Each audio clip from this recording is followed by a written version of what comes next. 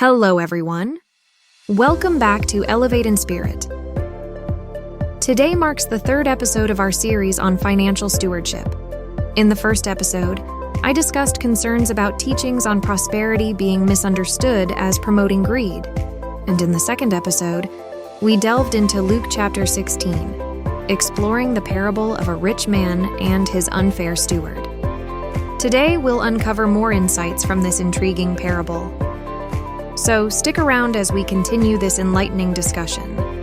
Let's dive into it. The unusual commendation. The 8th verse of Luke 16 stating, "The master commended the dishonest manager because he had acted shrewdly. For the people of this world are more shrewd in dealing with their own kind than are the people of the light."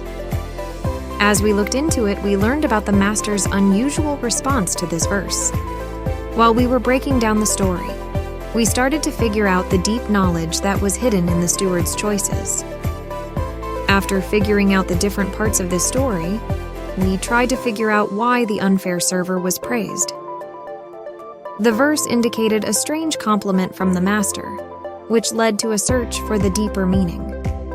We tried to understand the master's point of view by asking him why he would praise an unfair servant for actions that seemed questionable. Finally, looking more closely at this verse led to a better understanding of the spiritual and useful lessons hidden in the story of the unjust servant. The power of money. The master was proud that the servant had learned an important lesson. Money gives people the power to make their own future. People often don't think about how their financial decisions will affect them in the long run, because they live in a world of quick satisfaction, credit cards, and easy loans. The steward's praise came from the fact that he understood how much power money has over a person's life. The steward's wisdom stood out among the temptations of instant pleasures and easy credit choices. People don't always think about the long-term effects of their financial decisions because of how busy our society is. This parable serves as a reminder to step back and reflect on the deep connection between financial decisions and future results. Basically, the master praised the steward for understanding the deep truth that smart money management gives people the tools they need to make their futures safer and more rewarding.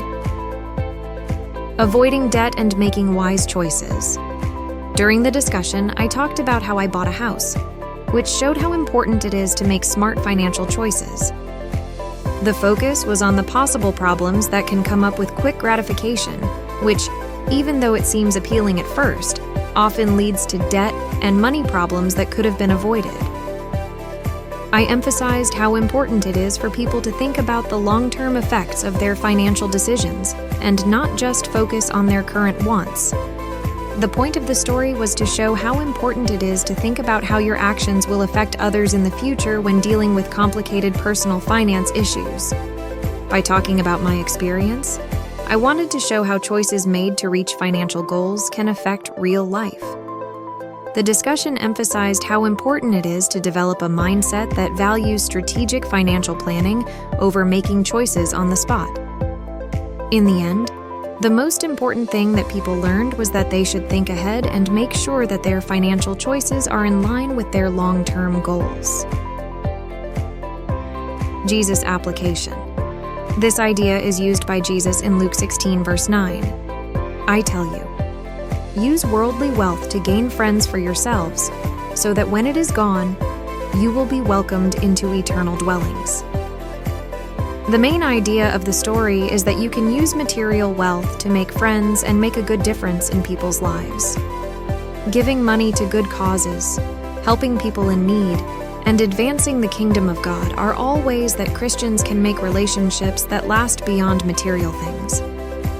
The goal is to turn temporary wealth into investments that will last forever, with the promise that these investments will pay off in a big way in the endless homes of heaven. The main idea of the story is that you should be careful and intentional about how you spend your money so that you can make a difference and build relationships that will last forever. Eternal investments. The idea that investing in the kingdom of God pays off in ways that go beyond instant gains and last forever is emphasized in this paragraph. Financial resources should not only be used to acquire things. Instead, they should be put toward projects that have long-lasting spiritual and moral importance. It tells Christians to see their money as a way to change things that will last forever, focusing on how investments in the kingdom of God will pay off in the long run. This line basically says that people should stop thinking about earthly riches and start thinking about the eternal benefits that come from using money to help others and advance God's kingdom. Living a life of generosity. I shared the story of a friend criticized for living in a luxurious home. The focus was on his amazing response, which served as proof of the timeless truth that no one can be more generous than God. I highlighted the idea that people who give freely put themselves in a position to receive even greater blessings from God. Most of the discussion was about how kindness works both ways, showing how an open-handed way of giving brings an overflow of abundance from God. The point of the story was to show how a giving way of life can change things, showing that it not only stands up to criticism, but also makes God more likely to bless you.